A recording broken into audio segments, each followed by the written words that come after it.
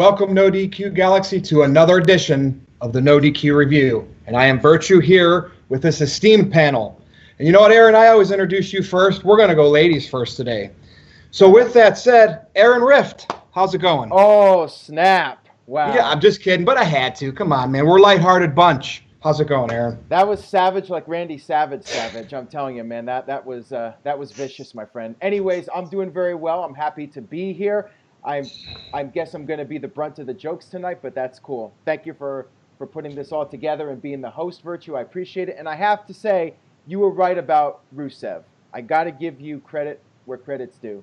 Well, hold up on that, because you might have the main event spot today for the Rift's Rage. So stay tuned, everybody. Jexy rocks. How you doing this evening? Or today, depending on where you're at. I can't complain. Happy to be here. Looking forward to it. I think it's going to be a good show. Always. I mean, and everybody knows that because right now we're not even 2 minutes into the video and we have probably 20 thumbs up. Big Vito! There you are, and I see that shirt you're wearing. Wow. When you come to work and you're wearing the brand name at Virtues. And just so you know, I don't think I forget all my little trollettes and trolls are living their moms right now in their basement, having some popcorn and everything. When you are troll champion 2 months in a row, what do you bring to the dance? Your own troll cup. That's it. That's for all the people who are living in their basements with their moms. The mom's got my digits. I know when I come to your hometown, go to bed, little boy, little girl. Okay, I got to go take care of some grown-up business, have some adult beverages. And who they having with? The BIGV, all right? The SVK. They know what they're doing. They got the plan. Moms are fun to play with. I always love moms. Let's start the show, guys. Here we go. And that is a well-earned and deserved reward. I just don't hand those out. I watch that page, the NoDQ forums, closely to make sure the appropriate person gets that. So with that said, that is one of the greatest forums where everybody's having a good time. And you want to know something? For all the guys in the forums, I got to give you guys props, okay? Because wrestlers can't take criticism and they can't take jokes. But you guys are in there throwing barbs at each other, and Peter Falk is a jobber, and this one's a jobber, and the other one jobber, and Buddy, and all this stuff, which is all a good time. That's why I like being in there, and I like messing with you guys, because you guys are always looking to have a good time. I thank you for that, okay? And I also thank you for being, putting up with me being troll champion. I'm going to keep wrecking shit in that thing. And I know one or two guys actually got upset. Yo, man, you're making fun of my mom. How could you do that? You're really freaking good. I'm 18. I just started a job. I know. You're 18. You don't even know who your daddy is. All right, come on. Give me a break, kid. Come on. Wow. That's why, folks. That's why Vito is who he is and why he wins the awards that he does. Absolutely. With that said, I know we always talk a lot about Raw and SmackDown, but before that, I want to briefly recap from everybody's side here, Chris Jericho versus Kenny Omega from Wrestle Kingdom 12. Now, as you know, Kenny Omega went over the match, got the 1, 2, 3, but Jericho is not done yet, apparently, with New Japan Wrestling, because the next night, at what they call their New Year Dash event, Jericho came out and attacked, Aaron, I don't know how you say it. I'm going to get crucified for this. Naito or Naito? Naito. Nonetheless, Jericho is deeply entrenched into New Japan, and I want everybody's thoughts on this and what your thoughts were overall with the 47-year-old Chris Jericho versus the young, spry, crazy, flip-flying Kenny Omega. Aaron Rift, we'll start with you. Sure. I enjoyed the match. I really liked it a lot. I thought it was very good for the business. I think it was good in terms of getting the American fans invested in New Japan Pro Wrestling and sampling out that promotion. By the way, real quick, we need to get Jexy involved on NoDQforums.com. We know we got Vito doing it. Jexy's got to challenge Vito for that spot. But anyways, I digress. Let's talk about the Jericho match. I thought it was awesome. I actually enjoyed it more than Kenny Omega versus Okada. I know some people disagree with that, but I had a lot of fun watching that match. I thought Jericho was unbelievable. I thought he did a tremendous job. And it's looking like Jericho might be doing a match when New Japan comes to Long Beach in March. That's the rumor right now. Jericho is actually free on that date, so he could very well show up in Long Beach for that next show coming up in I forgot the name of the venue, but it's a 5,000 seat venue in Long Beach, and we'll see if they can sell it out. I mean, Jexy, what do you think? Do you think they can sell it out with Jericho? Oh yeah, I think just New Japan alone would sell it out, but definitely. What do you think about the match? Did you like it more than the Okada matches, or did you think the Okada matches were better? I think they both held their own for the opponents that they had, but it was beautiful. It was beautiful. It was a wrestling clinic from start to finish. The hits were hard. Their strikes were amazing. It was like old school Lionheart Jericho. It was beautiful. I absolutely loved every single second of it. Yeah, it was a great match. Sorry to interrupt you, Virgil. Well, here's what I noticed about that match. And Vito, this is where your perspective is really going to come into play.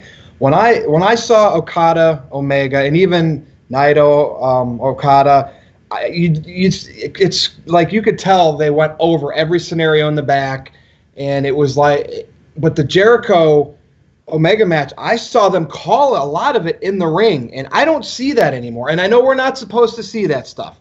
You're supposed to enjoy a match for what it is, but to me that was very old school, and the fact that it didn't feel as scripted, because it's like, I want to say Jericho went out there, they knew their major spots, but they didn't script how they got there. And Jericho can be a little bit vocal when it comes to calling spots. I think that's classic Chris Jericho. Vito, what's your thoughts on that? I like seeing that.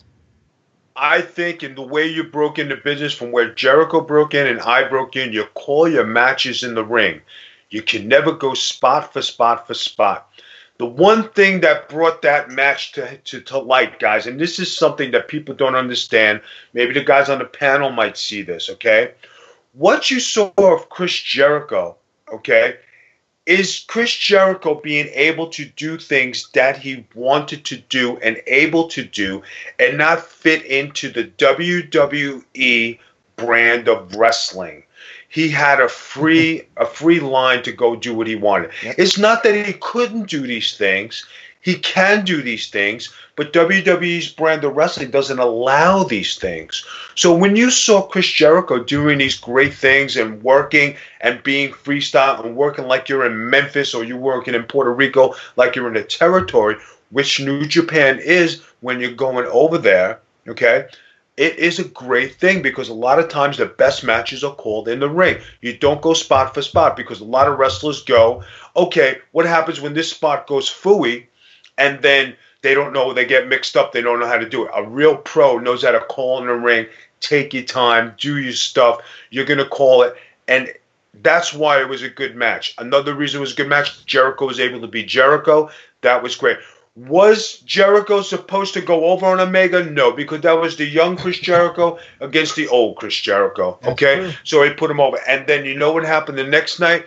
You're in one angle, and what you guys don't remember or don't understand is that when you are the top heel and you're coming, when you're finished with one program, you go right into another. So Jericho's still in the thick of things, and that's the way you book. That's wrestling booking 101, guys. So if anybody's on the independent scene and you think because you lose your title and then you got to go wrestle some rookie, it doesn't matter. You can be right in the scene by going into another angle right after your match. Okay, I don't like you. Bang. Okay, we just started a program.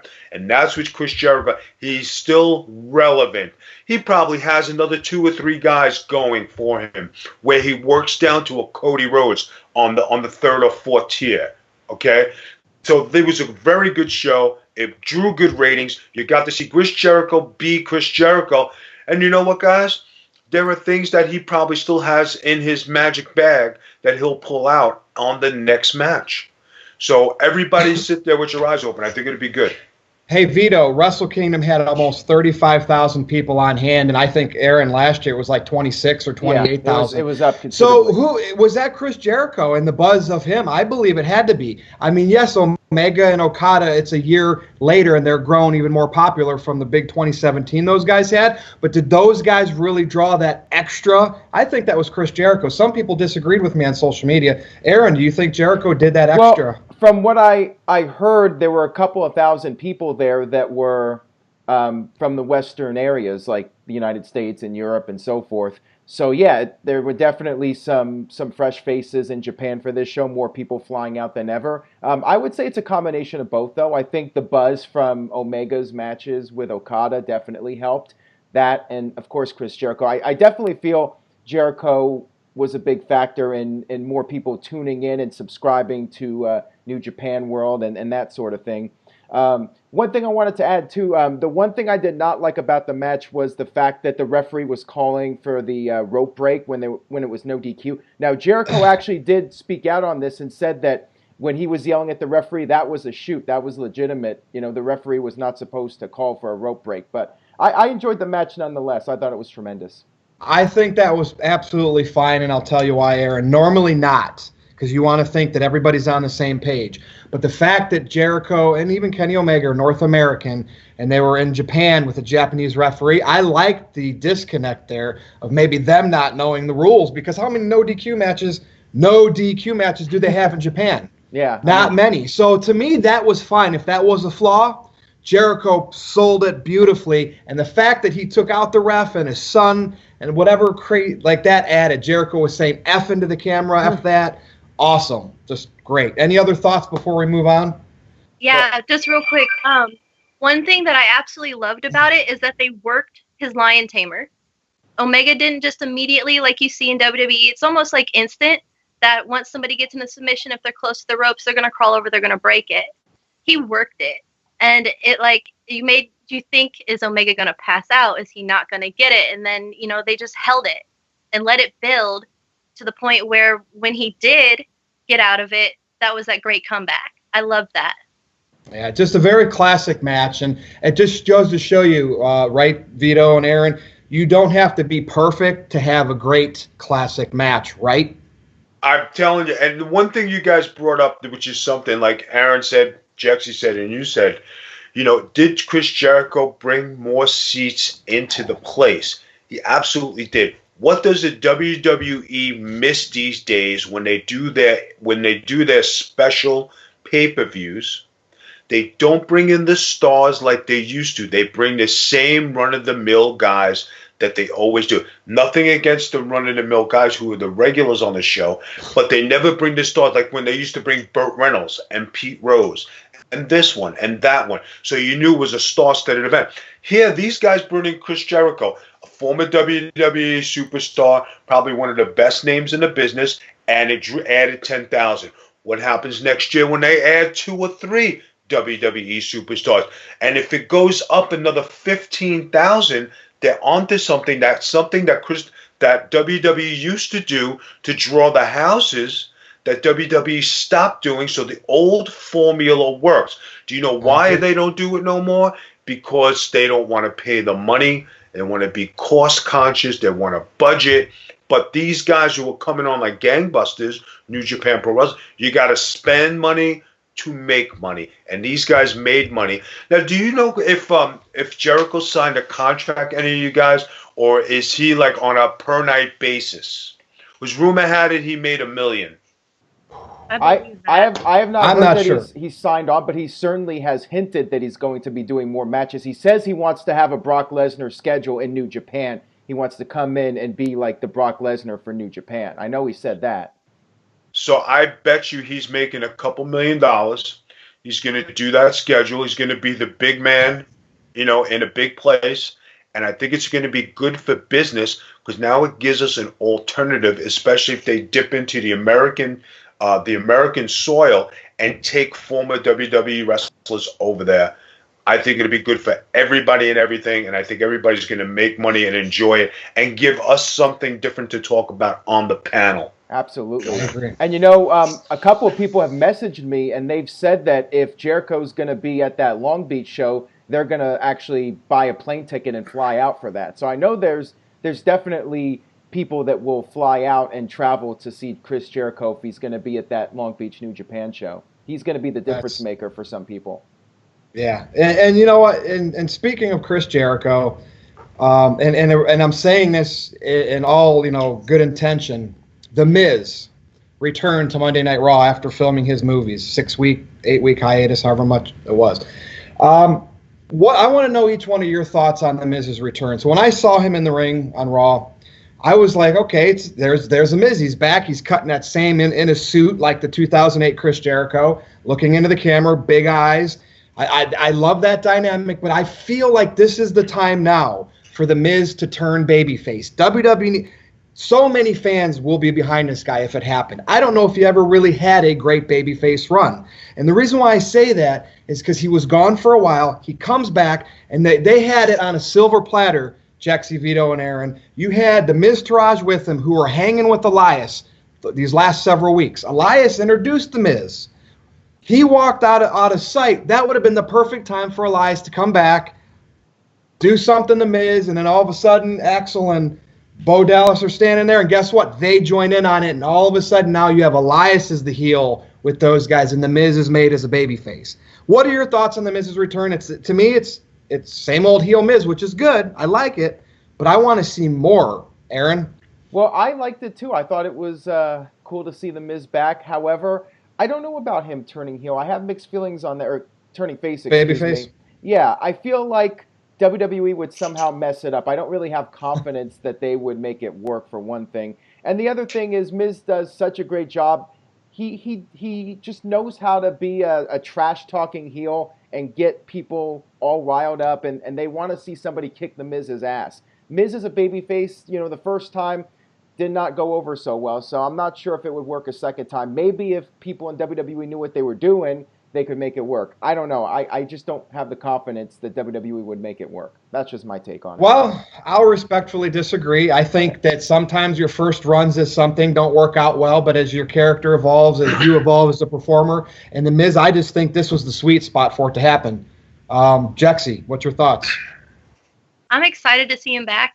I think there's a little bit of trouble brewing in the Miz camp. Now that he's back, he's got his sights set on the Intercontinental Championship.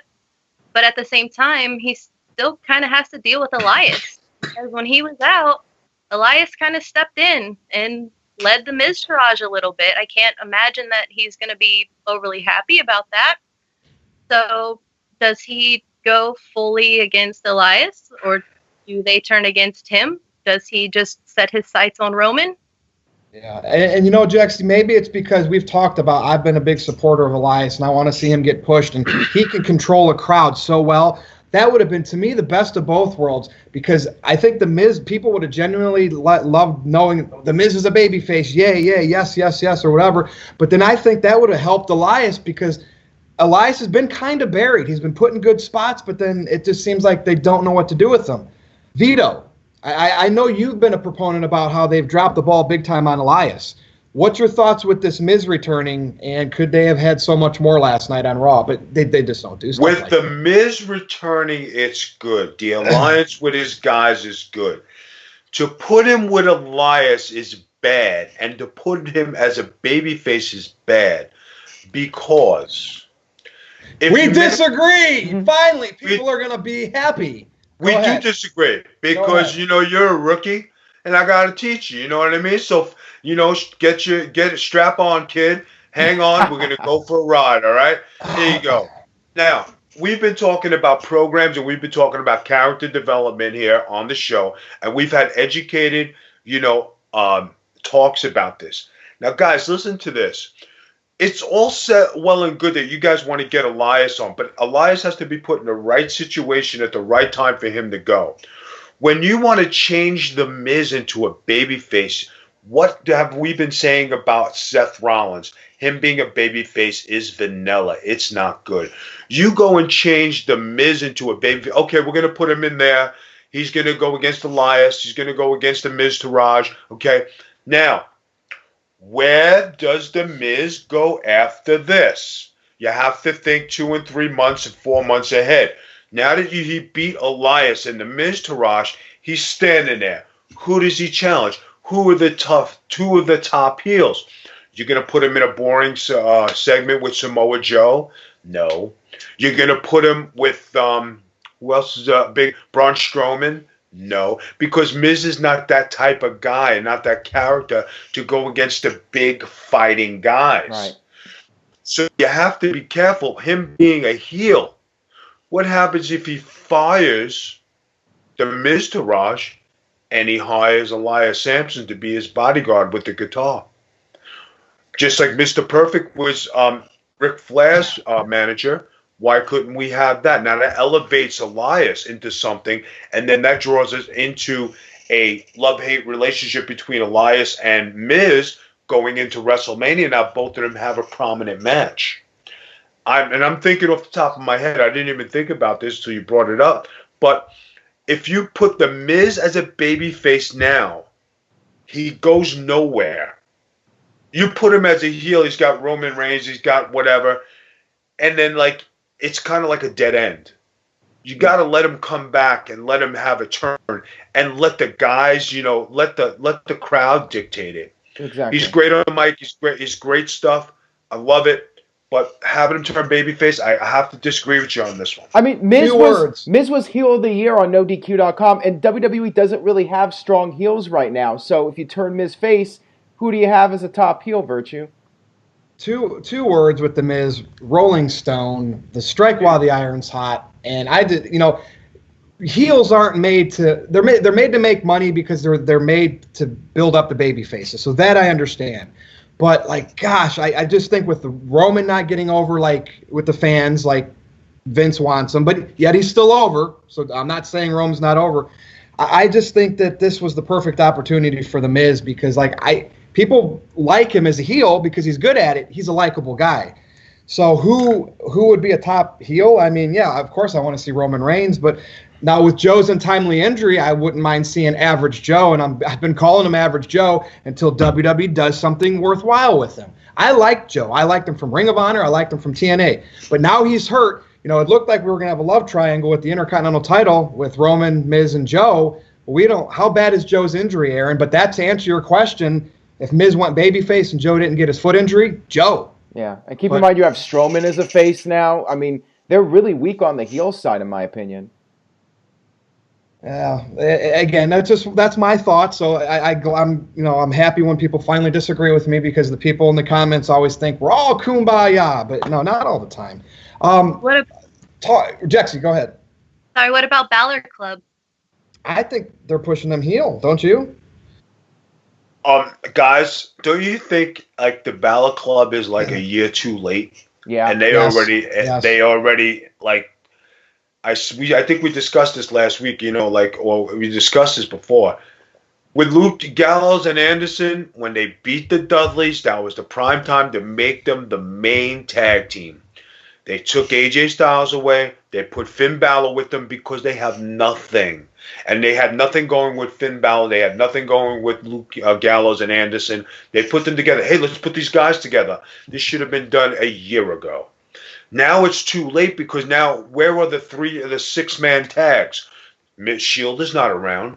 Who do you got to fight these guys? They're already scampering for talent. So to put them in there, and just because you go nerd and you got Finn Balor smiling, it makes me sick. It looks like they look like a bunch of jobbers, and they should be in the friggin' chat room with the rest of the NoDQ squad. You know what it's missing? You know what that angle's missing? AJ Styles on SmackDown, and to me, that's the big dynamic that will make that Balor/Bullet Club, more meaningful. Jexy, you brought this up. I didn't even put it down to talk about. Great topic. What's your thoughts on this Balor Club? Like when I look at them, I see heels because, maybe it's just because of I don't know. Because I don't like Finn Balor as a babyface right now, but I think that it's not. It's a year too late, Vito. Correct there. And without AJ on the same show, it's that interest appeal of the history of it. Like, am I crazy? But that to me ruins it. Like, what's your thoughts on it since you brought it up? Yeah, no, I totally get that. And kind of like we said last week, it is a little bit late, but now that it's started, they have to go with it. They have to do something with it. It gives them a spot. It gives them a chance to do something. But at the same time, that's what I was saying. Like, what if that somehow they came against the Miz Taraj? And now you have these two groups where they kind of have their bodyguards. They kind of have, Balor and Miz would probably be a pretty good match. I could see that happening. I could see that being something at WrestleMania. But what happens if Finn Balor won the Royal Rumble and went on to face AJ at WrestleMania? Was Was Balor the demon when they had that match at the pay-per-view a few months ago? I don't think so. No. Oh, he wasn't. No, I thought he was. Maybe not. He could potentially win the Rumble and then face AJ at WrestleMania, and you could have some kind of reunion there. I don't know. I'm really intrigued by the Royal Rumble this year. I have no idea who's going to win it. So I think that's a positive that we're all guessing what's going to happen. I mean, does anybody have a clear idea? Virtue, do you have any clear idea at this point?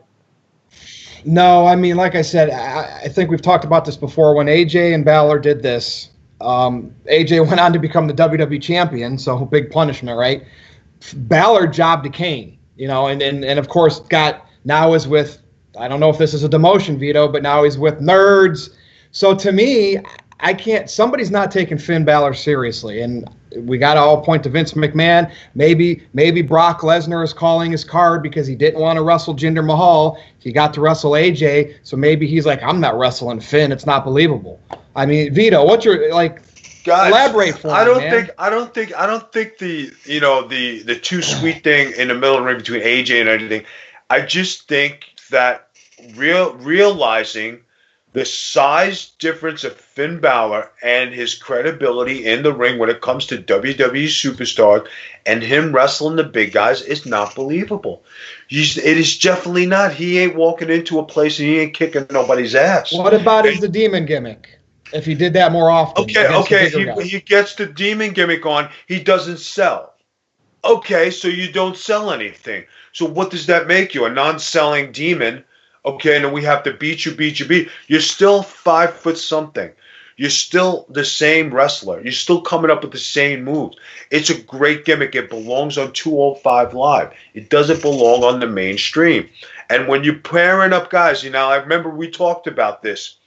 There are certain wrestlers who need to be in groups, who need to have wingmen. Finn Balor needs wingmen. The Gallows and Anderson, they need a wingman.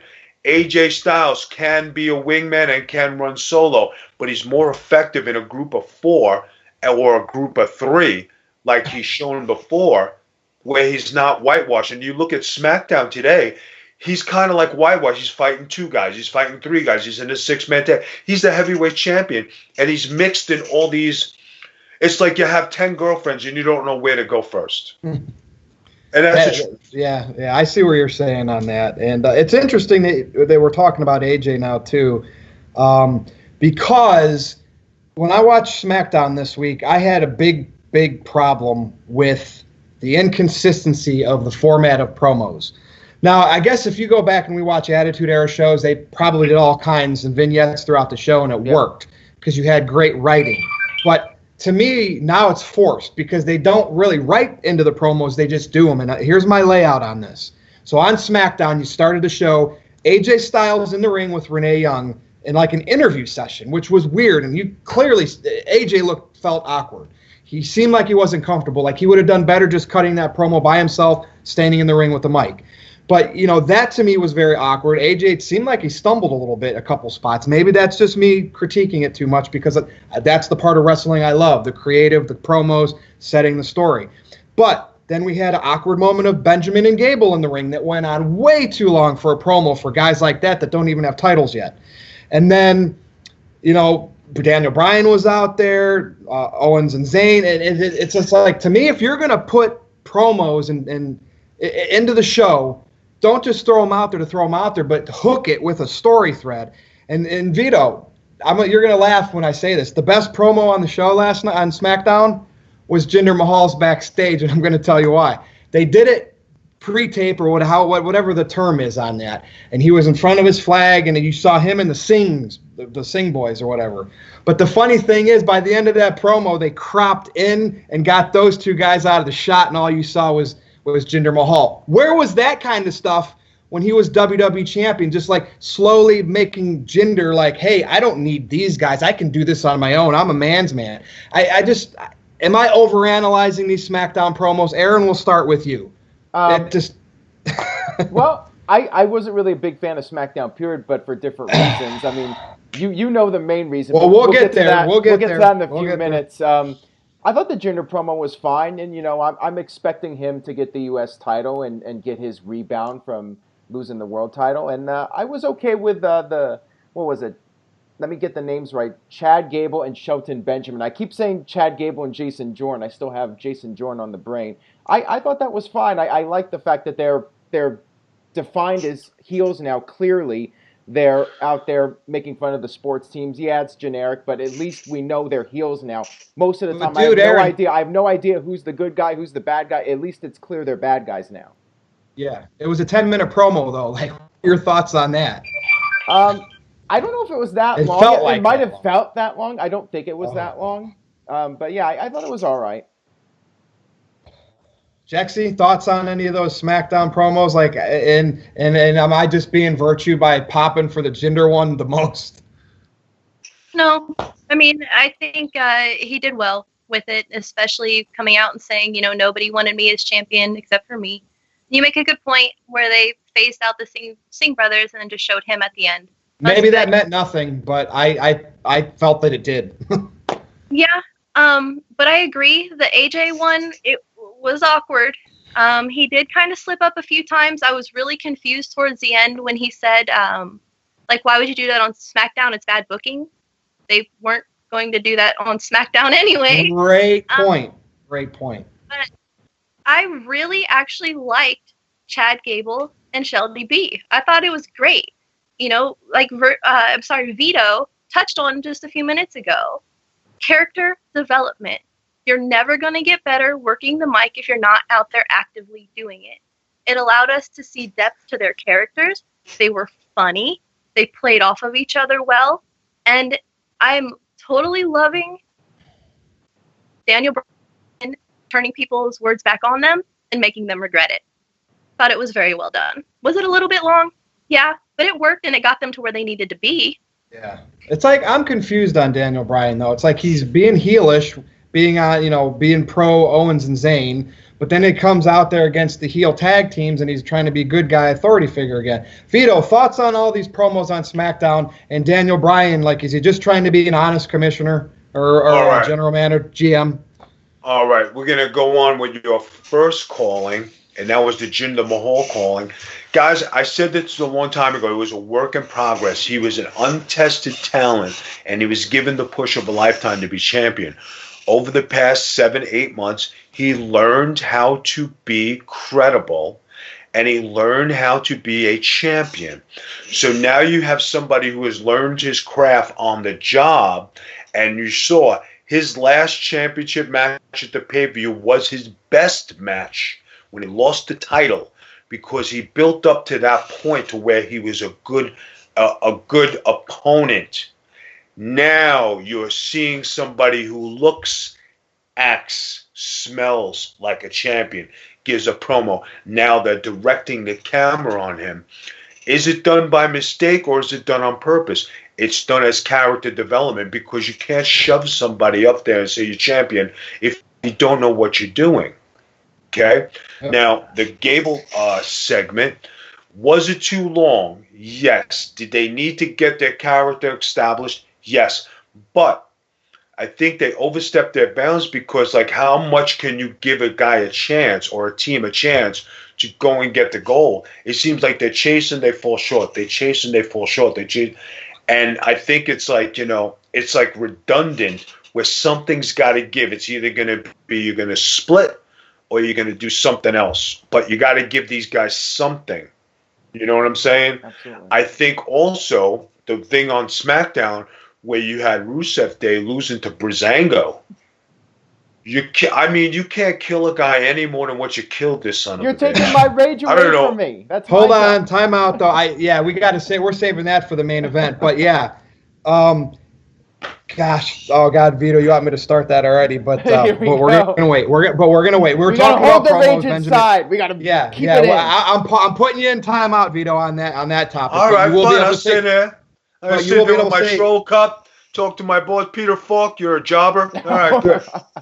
So Aaron earlier for Raw was talking about who could be a top heel. I think WWE has a great heel if they really choose to do them right. And I think they did it last year with Chris Jericho and the Festival of Friendship and turning Owens on Jericho. I know that it was underwhelming in a series of matches, but let's look. To be honest with you, Aaron, I think the biggest the biggest underwhelming thing with Owens and Jericho's match at Mania was it didn't have a stipulation, so it didn't feel real. If it would have had Jericho and Omega stipulation, we would have been fine. Because it was supposed to be a grudge match. It was supposed to be two guys, this very personal feud. These guys had a score to settle, and they just had a regular match, Yeah, and what I wanted to segue to was, why is Sami Zayn with Kevin Owens? This guy Owens was paired with Jericho, a mentor. Perfect, because that's what you do. Maybe Jericho can help Owens develop. But and then he was the U.S. champion, Kevin Owens, from beating Jericho, was the face of America. I actually said, Vito, Jexy, they should have made a shirt that said the face of America KO. I was all behind it, walking around his face on the, when he came out for his entrance, the suit and tie, and they abandoned that, and I think the title went on AJ. So when I see Sami Zayn coming out with Kevin Owens, you know what I think, everyone? Yep. It's like Owens is coming down the ring, and then a fan. And I know Owens has his issues with certain people with his physique and whatever, and his ring gear, but it's like Zayn is a fan that jumped the rail and is skipping and hopping next to his favorite wrestler, and they're not doing anything about it. That's what I get. And I think Owens is so much better than being paired with someone. He should be the legit top heel. And I'll even say the same later about Rusev. And the fact that they're not making either one of those guys thoughts on Kevin Owens. He should be way more than with Sami Zayn. Jexy, I'll start with you. Yep. Well, agree to disagree, because personally I like it. I like the pairing between those two. I think their chemistry is great. Sami Zayn, man, those two together, seriously, they remind me of shades of very, very early DX with Shawn Michaels and Triple H. Degenerate, out the ass, going out there messing with everybody, messing with the authority. They cut great promos. Even him just standing there saying, yep, I think it's funny. It makes me crack up every single time they do it. It's like Beavis and Butthead. I love it. Yeah. I get the butthead part or the Beavis, whatever Owens is, but I'm not. Zayn to me is ruining it.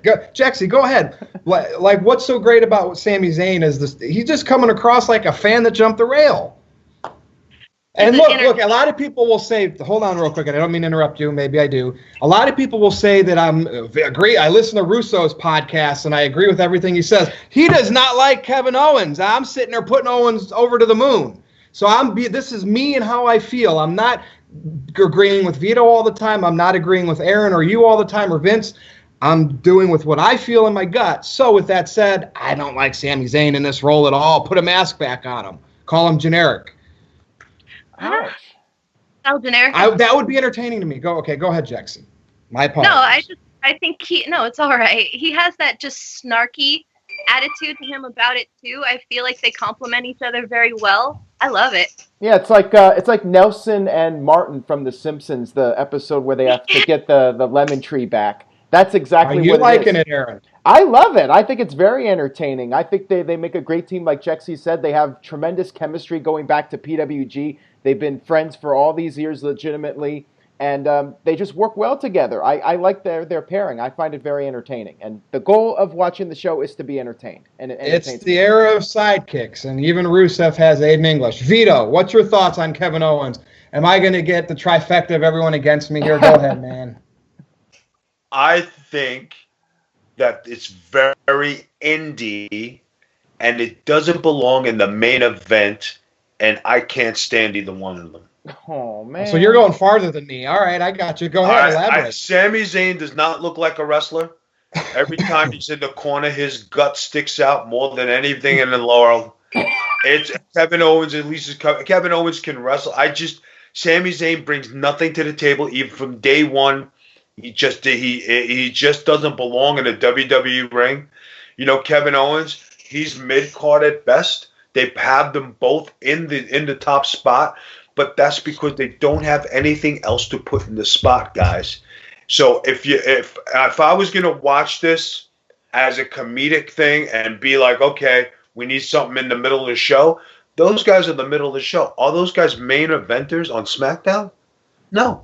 If we're going to go back 10 years to when wrestling was wrestling, and you had Shawn Michaels, and you had Kevin Nash, and you had Scott Hall, and you had Ric Flair, and you had Hulk Hogan and Sting, The Undertaker, and you had all these Babe guys. Ruth and Mickey Mantle and Roger Maris. Hold on. What I'm saying is, when you have all these guys, right? Yeah. And you have a guy. Okay, I'll go back to WCW. This way, maybe you guys can understand it. WCW had all the guys, right? They had Ric Flair, they had Hall, Nash, Hogan, Funk, Flair, Sting, blah blah blah blah blah. They had here's a big Vito coming up through the ranks. Now he made it through the tag team titles, wrestled through there, and he's got TV time. He had vignettes with them. Then Big Vito goes against the Rick Steiners, the Goldbergs, the Kevin Nash's, tags with Booker, does this stuff, and you're with the big boys. You're actually in a main event. You're in a pay-per-view with Ric Flair. You're in the main event with Kevin Nash. You're in there with Terry Funk. You're in there. You're making your way up the rank, and you're meaning something with guys who mean something, right? In an era where you had to fight for your TV time for you to be good. Do you think that Kevin Owens and Sami Zayn can fight with those guys at that era, at that time of wrestling? Well, you know what, Vito? You make a great point, because I remember watching Kevin Owens and Sami Zayn in PWG back in 2006, and I was blown away. I thought they were putting on great performances, and say what you will about El Generico, Sami Zayn, he always put on the match of the night. I mean, I was always extremely impressed with his performances at PWG. Now, with that being said, 10 years ago, I would have never predicted WWE was going to sign either of those guys, because I thought these guys look like indie wrestlers. You know, they don't have. Yeah, but AJ Styles was putting on great matches, and he didn't make it until way after the fact, when there was nobody there for him to jump over. You guys forget there's nobody for these guys to jump over. And where are they going for their talent? They're going to the indie talent, because that's what the people like today, is indie wrestling. That's what you're seeing. Well, that's because that's all that's left is the niche fans that like those. The casuals are gone that like the Roman Reigns types guys. And that's why when you look at the Wrestle Kingdom and you look at Chris Jericho going to New Japan, it's big news. Okay, Chris Jericho, WWE superstar, going over to New Japan. I got to watch this. He elevated Omega as being a young Chris Jericho, okay, and he's in an angle with the big dog. Here's Chris Jericho. You got some tricks, kid, and you could do some flips. But this old dog's got some flips, and I could do some tricks too. Right. You follow what I'm saying? Yep. With these guys here, it's just like Finn Balor, right? He doesn't belong in there. Could you put Finn Balor in there with a Ric Flair and expect Ric Flair to lose to Finn Balor? Or do you expect Scott Hall to lose to Finn Balor, or Kevin Nash to lose to Finn Balor, or Shawn Michaels to lose to Finn Balor? No, it's not believable. Why do you think he hasn't fought Brock Lesnar? Because it's ridiculous. He lost to Kane because he's supposed to lose to Kane. You think if he fought the Big Show, he's going to chop down Big Show and beat him with one of those spinny things? Come on, guys. Let me stir the pot a little bit here, since we have Jexy here as well. I mean, would the same thing apply to Pete Dunne? Ah! Yeah, Pete Dunne. He could join an NoDQ thing, and he's a jobber. He's a jobber. Really. Oh, For the record, Jackson, and I then like she Pete comes Dunne. back I this do. week, and she wears RVD shirt. She goes, "Hi guys, RVD." Yeah. I wrestled RVD. It wasn't all that. Okay. Okay. Good. Great. Hey, Thanks for coming. he's a long-term friend of NoDQ, all right? Oh yeah. Did He he send said you a shirt? Huh? Did he send you a shirt? Did he Yeah. give you that? You're such a liar. Well, that's the thing. I mean, if you look at the wrestlers today, they're not. If you take a lineup of wrestlers, the whole WWE locker room, you're gonna see some like your Strowmans, your Roman Reigns, your whoever else you want to throw in there. But the general lineup of today's roster versus say a 1996 roster, 97 roster, 88 roster, whatever you want to go back to, you're gonna see a huge decrease in size overall. Correct, Vito? No, you're right. And guys, okay, now what's the big thing coming up that they got here? And I know we're going to go way back in history, guys, and this is just something. Royal Rumble? No, the 25th anniversary of Raw is coming up, right? Yeah. Okay. Now That you're talking about that. Now, you have a young Skull Von Crush on the very, very beginning episodes, number 4 in the top 30 episodes, okay? And I was a regular on the Manhattan Center shows. I was a regular on on all the shows from Superstars and everything. And you talk about looking the part, being the part. How many guys could say they could wrestle Tatanka at the time, who was a monster, undefeated? A Typhoon, who was undefeated. The Bulldog, Bret Hart's first Intercontinental title match. All these guys who looked the part. And here was a young upcomer, Skullbone Crack, who looked like a wrestler, looked like a German Nazi wrestler coming in, looked to heel. Can I wrestle? Yes. Was I taught properly? Yes. Did I have the experience? Absolutely. Did I learn on the job? Yes. But I was believable. Was I going to jump through hoops to top these guys? No. I was a development character. I was somebody they'd have to sign and develop. Now, if you put these guys in that position today, these guys would be enhancement talents who would just do the job and that's it. AJ Styles started out like that, but he didn't wrestle those type of wrestlers. It's just a different era. What you're seeing is what they have to put out to you. Because if you look at the roster on SmackDown, what do they have besides the Randy Orton? Nobody really. Well, yeah, nobody. Like I see Randy Orton, and it's like I forget about him. You know what I mean? Because they're obviously featuring, Zayn and Owens and AJ, and then it's like, and of course we all know Randy Orton's 2017 era with Bray Wyatt. I mean, and Jinder Mahal might have been maybe not his most fun year of his career. Definitely not. I'm glad you brought Randy Orton up because that's normally a guy I don't talk about. I've never been a big fan. But what could they do something really clever with Randy? Let's talk about Randy Orton. Aaron, do you think they could do something really clever with Randy Orton at this stage of his career? They could, but I don't think they will. I think Randy Orton's just going to be in that role that he's been in for the past year, where he'll sometimes be in the main event, sometimes he'll be in a 6-man, and he'll just be there. He's just going to be around. I don't know what they're going to do. So is it because he looks the way he does? Like, who in WWE is saying, we have to have Owens and Zayn and Finn Balor and these, and I'm not going to say vanilla midgets, but indie guys, smaller guys. We have to have them up there or our fan bases, they're all going to leave us because that's what they want. And to me, it like puts Randy Orton, he gets lost in the shuffle. Jexy, any thoughts with that? And that's why Randy maybe comes across as stale to you, Aaron, because it's like WWE doesn't have that clear. Like, would you rather have, and Bob, everybody can answer this. Would you rather have Randy Orton just kind of stuck there and they use him when they need to, like against Jinder or whatever? Or would you rather have them just shove him down everyone's throats like a Roman Reigns? You have to pick one. Jaxie, I'll start with you.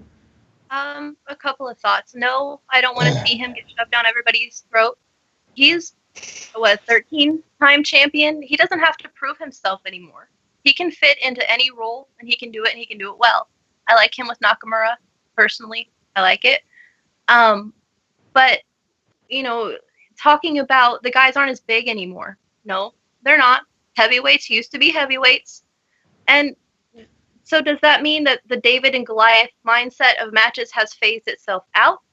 Or is that now what we're back into because we have these little guys going up against the bigger guys, and that's how it's supposed to be pulled off and believed? But again, back to Orton. I think he's fine where he's at. Whether he's enhancing talent, he's got nothing to lose. He's already proven himself. All right, good point. Vito, thoughts on Mr. Orton? You can't, like Jexy just said, you can't shove him down his throat because you're an established guy. To make him come up with a different role. I thought Randy Orton's best program to date when he was with the Wyatt family. And when he was with the alliance of the Wyatts, that was something creative. It was something different. When you got him in here, Nakamura is vanilla. But Nakamura just don't got it. I mean, I don't care what you say. He ain't world championship material. He's not. He's mid-card.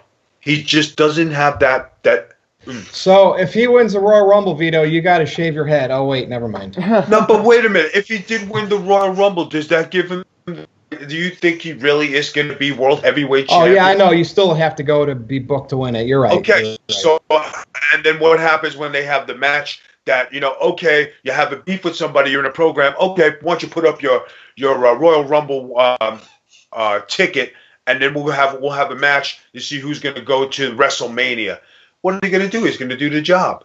They're not going to push this guy. It's just like Finn Balor. They're not pushing him. And Nakamura, they're not pushing him. These are indie guys who are stuck in there, and they're not Vince McMahon's creation. Elias is a Vince McMahon creation. If you look down at the farm at NXT, look at the size of the guys they are developing. Look at the tag teams that they got coming up. Look at the size of the men they have now. They are starting to get bigger. They are all bigger, and they are all giants. Yeah. They are preparing to go back to that era, guys. Well, they still have Gargano and Adam Cole, but yes, on the concept. Yeah, go ahead. Oh, the Rift's Rage is getting ready to start. I just lost my headphones. Yeah, I was just going to say, Lars Sullivan, when I saw him at NXT in Portland last year, that guy, he looks like a Vince guy. He looks like a guy that once he comes on the main roster, they're going to strap the moon to that guy. Yeah. Dijak. He's pretty big too. That's right. Yep. You know, and it's just like Randy Orton. Yeah, he is. I guess he's been around a while, and I just, you know, with Cena, he just shows up whenever they need to make that big impact, and you know, maybe they can at least do that with Orton. I just don't think they're really trying. He just kind of blends in with the SmackDown roster, and he doesn't feel important, and he should. He's a 13-time champion. He's a veteran. He came up with Batista and Lesnar and Cena. And it just feels like he's just blended into the SmackDown roster. And if you're going to do, you know, if Brock's so special, Batista's a movie star, and Cena's so special, I think it's time to make Randy feel special, even if it's when needed. I guess that was my point there. And it is what it is. But you know what? Let's do this. Main event time. And Aaron. At least he's better than Peter Dunne. Oh. That would be a great match. Pete Dunne versus Randy Orton. Like, Pete Dunne versus Big Vito. How about that? Hey. Hell no, I drop a bomb. Aaron, take the floor. Well, last week we had Vito's Rage. Well, and go ahead. This week it's going to be Rift's Rage, and you can throw a curveball at me, but I think everybody knows what you're going to talk about. I'm not throwing any curveball. It is my thoughts on Rusev Day being destroyed, permanently ended on SmackDown this week.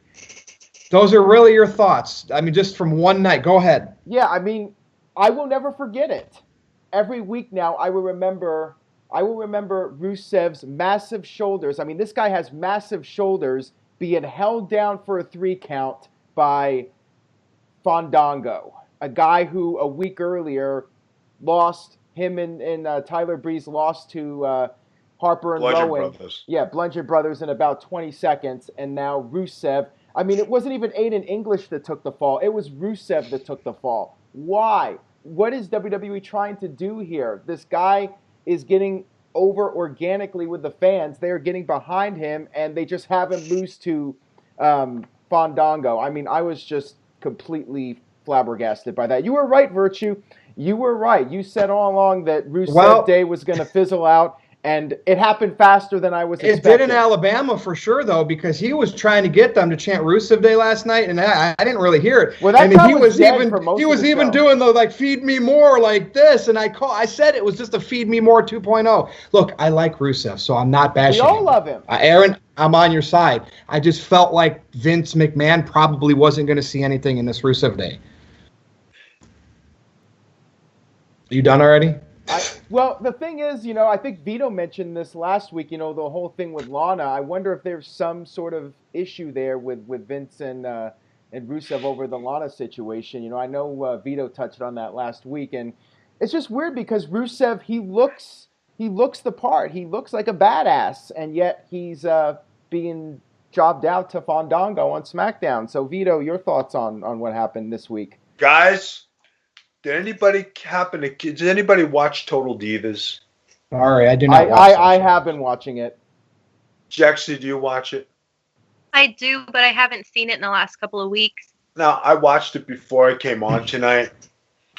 Watching Lana on that show, she has an attitude with everybody. She got something to say. I know it's a paid show and everything, and everybody looks for the drama, but Rusev is an easygoing guy, and he puts up with his wife. And let me tell you something. She is high maintenance, and she has to be catered to. And, God bless him. I mean, and I'm going to say this, you guys, you marry a good-looking woman, hey, good for you. But if she's that hard to keep happy and she's got yickety, and something to say, guys, go to a different candy store because it ain't worth it. And what you see on that show translates into what's happening on wrestling today. Lana has a mouth on her, and she has heat with every one of those divas. She is controversial, and who's the WWE taking it out on? Rusev. So, like I said, he's getting buried. She ain't making no headlines. They ain't letting her wrestle. They ain't letting her do nothing. So, for the Rusev Day, guys, it was good while it was going. It was a stupid thing that caught on. Hey, let's close. No. Not to say that what you liked is stupid. Just the fact that from where he came up here to where he went down here, he should never be. He should still be up here. And I'm a Rusev guy. I think he's better. I think he should never have lost. I think he should be the top heel in the whole company. But they make him like a friggin' like a clown. Yeah. That's because of the backstage stuff with his wife, the fact that they got married, the fact that Vince didn't know. Vince said don't get married. They've split them up. They're doing them up. They're friggin' burying them. They're on the Diva show. But where do you think Rusev is going from here? It's either somebody's gonna turn on him. New Japan. Now he could go to New Japan. But while he's on the contract, the only way to save Rusev right now, WWE Creative, I know you watch the show and listen, please. Bury some Rusev some more, okay? Have somebody turn on him. Have Lana come out and make the save. Have them come out as baby faces. Have him steamroll through the friggin' roster to the main title. Now you got Rusev back. That's what I'd like to see. That would be 101 booking. I hope you're listening. You heard it here on the NoDQ show. Go. It should have been done a while ago, but yeah, Jexy, any other thoughts on it? You know, you guys literally said it the best. I don't really have that much to add. I just think it's very sad. You know, he lost in like 2 seconds with an RKO to Randy Orton. He lost to John Cena when they had the flag match, and it would have been great to have seen him go over then. Starts getting some steam back, and they absolutely take it all away from him. I mean, like you said, where does he go? Where does he go from here? How do you play off them losing to the Fashion Police? Yeah. I don't.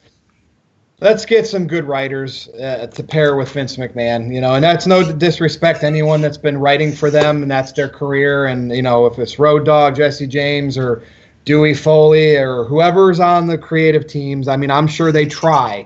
But I'm sure that it's in such a cat fight atmosphere, the good ideas can't come out like they used to when it was a Vince and a Vince writing together with an Ed Ferrara. It sucks that this is where we're at with wrestling, with stale, and I repeat, stale, out of work soap opera writers. And we know that a lot of the writing team, especially for Raw, were past soap opera writers. And let's be honest, there used to be a dozen soap operas on daytime TV. Now there's 2, 3, 4. Well, what happened? All the shows got bad. All the writers lost their jobs. Creativity was lost. And that's what Vince McMahon has brought in to write his shows. Erroneous. Yeah. Vito. Yeah, we've been missing that the whole time. We missed that phrase the whole show. Yeah, no, I'm waiting to drop a bomb on somebody. I was going to say erroneous. Who the hell is Ed Ferrara? Did he really contribute to the friggin' thing? He was Russo's protege. Yeah. Don't bury Russo. Wait. He was actually wrestled on the California Indies. His name was Beautiful Bruce Bodine, and he wore like these pink tights, and it was just really cheesy. Hey, easy on Ed though. He wrote legit TV before he went into WWE. At least he contributed. I gotta say, he took a hell of a suplex from Dr. Death Steve Williams on Sunday Night Heat or one of those shows in '99. That's because he had no choice to take the suplex. Yeah, he pretty much got murdered with that suplex if you go back and watch it.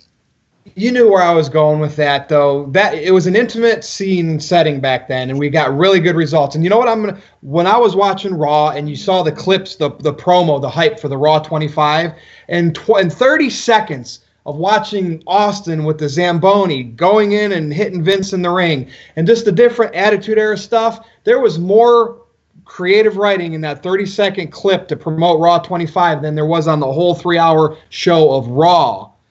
Right? I mean, that's how good it used to be. And I'm not just saying, it's one guy. It was a whole collective effort. But the fact is, again, it was more It was an intimate setting, and I think the great ideas, sure, people had bad ideas. Vince Russo had bad ideas. Vince McMahon had bad ideas. I have bad ideas. Aaron, everybody has bad ideas.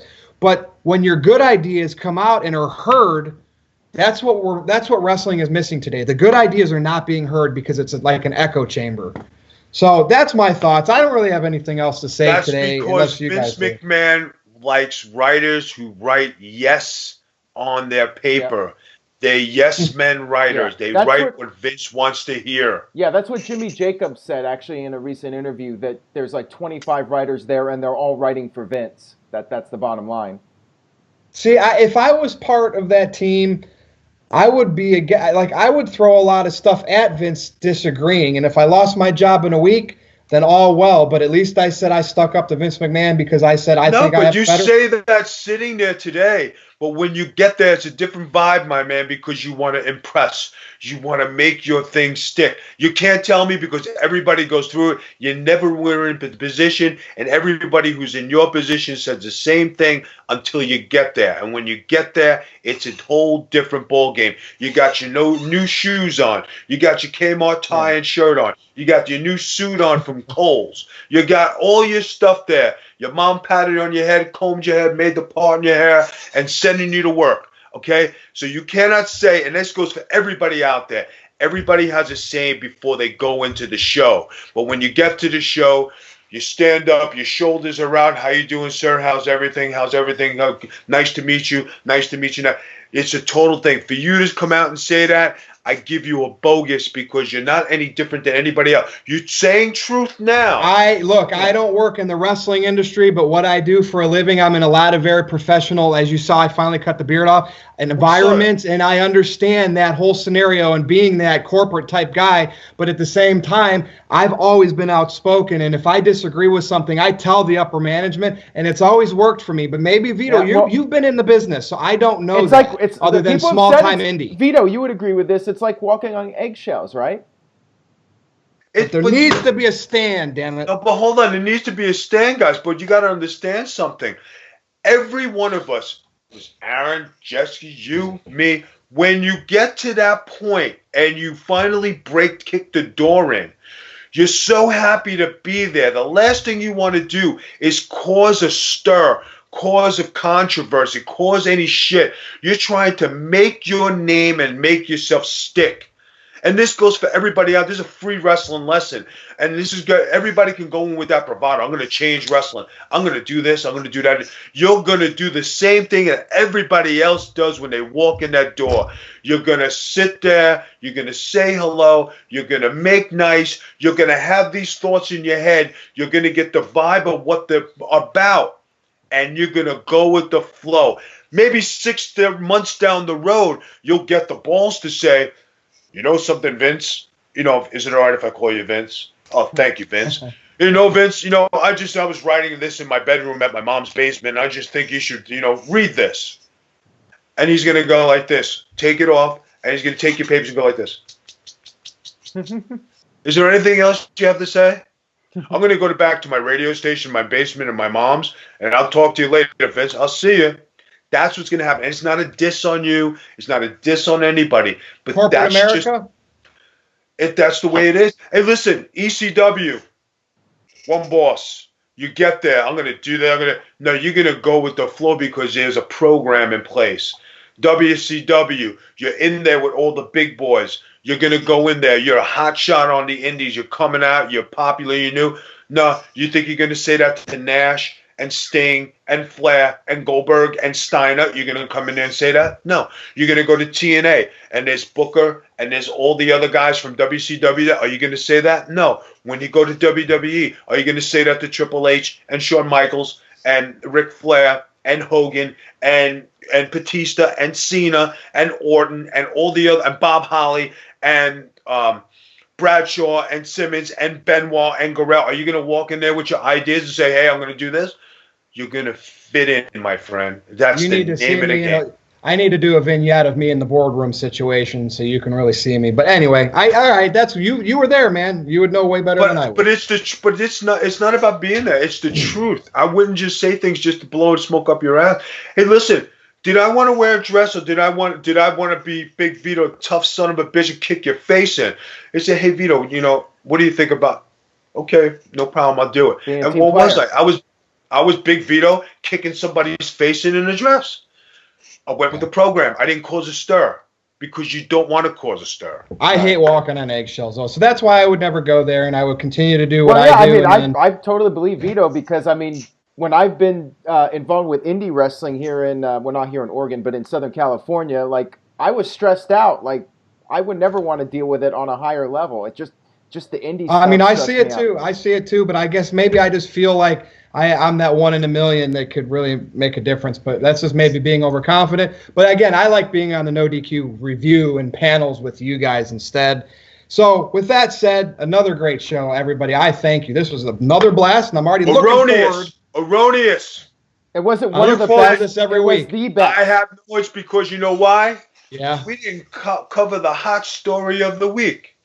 Big journalists and analysts. Well, I probably have it written down, but go. What? Shoot, man. Exclusive hot tip right now from Big Vito. Exclusive hot tip. We're not going to talking about Pete Dunne and his crappy shirts. We're not talking about RBD and his cut up shirts. We're not talking about Aaron being, in the basement with that same cat litter in the corner there. You know what I mean?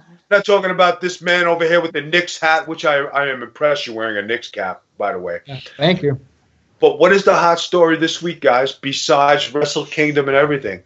Heath Slater getting caught in the bathroom on a plane, and they have videotape of it, and he made TMZ and every hot news item this week. And he wasn't on Raw. This had nothing to do with Raw. This is news, wrestling news. What did I miss? Go ahead. I missed this, man. Is this legit? Heath Slater on a plane. He got stuck in the restroom. The doorknob broke off. They had to get the maintenance guy once they landed. He had to sit in the shitter. And there was the Mr. Perfect's son. What's his name? Axel taping this the whole time. Are you okay in there? Stop playing around. Come on, open the door. You got everybody watching. This made news, headline news. When you guys get off here, go Google it. And you're going to laugh your ass off. You're going to laugh your ass off. You think it's a work or is it legit with TMZ? No, he was caught in the shitter. I know he's got a pool and kids and everything, but he was caught in the shitter. So what is the best job for him coming out of this? Kurt Angle's going to come, say, listen, things are not going. We're going to have to let you go. I'll do anything to stay here. All right, go clean the bathrooms. He's got a job. There you go. I think he was on Raw. I think he was on Raw, actually. I just don't think they mentioned it. He got the shit beat out of him. That's what he was on Raw for. Yeah, pretty much. But now he's going to be cleaning bathrooms. That's the thing. We'll see what happens. Vito, thank you for your contributions. Hot tips of the week. All right, Virtue, go ahead. All right, everybody. Jexy, let's start with you. What you got to tell everyone? You can catch me on Twitter and Instagram at JexyRocks. Again, it was always fun. It was a pleasure being here. I say best one yet. I say best one yet. But we got, like I said, Jexy, we got to get you on the forums trolling people. You got to jump on the bandwagon. And Jexy, you have 1 week. You have 1 week now to make your rage or prepare for it. But we want the Jexy's rage next week. Big Vito, tell him about everything, man. Well, first and foremost, okay, I'm at the Virtues DQ over here. No, it's Aaron Rift's NoDQ, but it's the Virtues Rage. It's the Virtues Rage with Aaron Rift and the gang, okay? This is one of my favorite shows. I love doing it here every Wednesday at 9 o'clock just for my troll patrol, in the NoDQ forum where we have a bunch of guys, great time, everybody enjoying themselves. We got a good thing going on. We're gaining momentum. We're gaining a lot of fans. Everything is good. I got the Super Ugly show I do with the Long Island Boys, and they're doing good. I taped out the last night. I got my own Q&A on Facebook. That's done at 7 o'clock before the Super Ugly show. I have my show Getting Color with the Vince Russo brand. Catch that. It comes out on Mondays and Tuesdays. Okay, we have the Big Vito brand on Twitter. Go over there and follow. We have the Big Vito brand on YouTube. Go over there, subscribe. A lot of good videos. We also have the Big Vito brand. If anybody doesn't know, just got another show on the brand. It will be the second show. My wife has scored a show with teen moms that'll be appearing on Saturdays. So the Big Vito brand has come out of nowhere, learning the podcast business, and I now have 2 shows on Podcast One. I'm doing these great podcasts with a bunch of great individuals like you guys. And I'm getting out there more and more, and I want to thank everybody for the opportunity to be here. I have a great time with the forum that we have going on. You know, guys, check everybody out here. You know, support the brand, support the guys who are on YouTube. This is what it's about. We're all a team here. And you know what I say, you know, like I mentioned you guys on the Russo brand, I told them about our troll call. And it was great. And Vince thought it was great. And he thought it was funny as hell. He goes, "You really go in there?" I says, "Yeah." I tried to add him as a friend on Facebook, but his Facebook wouldn't let me add him because I told him, "Vince, I'd love for you to pop in." I think he shut it down, but yeah, that's good work though. Thanks for mentioning. No, but he actually, you see, here's the thing with Vince Russo, guys, and this is something you guys got to learn. Okay? He hates wrestling with a passion, right? To hear him talk Teen Mom, like they're taping tomorrow, it's like a tea session. It's like 2 chicks talking, and they're going Teen Mom all balls out. He don't want to know wrestling. He likes doing the other show. That's why the Getting Color show, we just don't talk about wrestling. We talk about life. This past week, we talked about manscaping. I gave out all my secrets. He wants me to do my own segment where Do you sell Avon, Vito? Because I might need some skin soft. I might need some skin soft. I'm going to tell you even better. I dated Avon, all right, and all her products. Nice. So you know what I mean. I'm a guy like that. There's the wife trolling me. She's on the side. I just put over your show, Teen Mom. You're taping tomorrow, babe. You're wonderful. I love you. He said that you're gonna have. Noel said you're gonna have some tips on your teeth and skincare. I have tips that would shock you, and this is something I learned throughout the years. Everybody says, "Vito, how do you look so young? How come your teeth are so white? How come you do this? How come you do that?" It's all maintenance. I go for mani-pedis. I get my eyebrows done. I do my own. He's a diva. I am a diva. I am a diva. I'm a heavy diva. He's still wearing dresses, and that's okay. It is okay. It's like Ed Wood. Acceptable. Ed Wood wore dresses. That's right. I wouldn't have it any I know Pete Dunne ain't wearing no dresses. Hi, Noel. Guys saying hello. Oh hey man. Guys. She's not feeling good. She's not feeling too good. Well, with that said, Aaron, follow that closing. Go I'm ahead. I'm not even gonna try. Go ahead and check out AaronRift.com, my Facebook page at Aaron Rift on all social media. Make sure you go over to BigVito.com. BigVito.com, right? That's the short URL. Yep, BigVito.com. Okay, because I think I was using the longer URL or something, but like Virtue said, it points to the same page.